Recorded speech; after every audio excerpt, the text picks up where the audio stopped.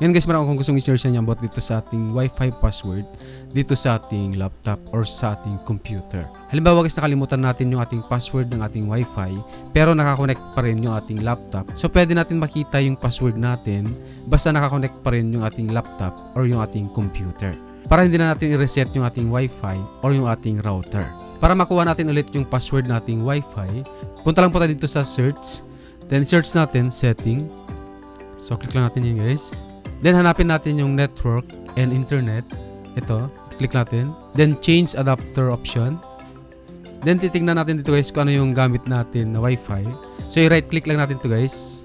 Then status. Then wireless properties.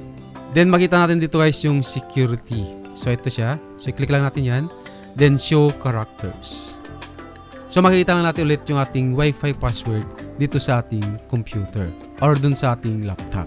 Ayun guys, ganun lang yung gawin natin para makita natin ulit yung ating password sa ating Wi-Fi or sa ating router. Para hindi nyo na kailangan i-reset yung Wi-Fi ninyo or yung router ninyo.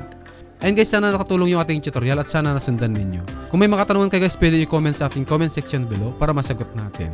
Maraming salamat po and God bless. See you in the next video.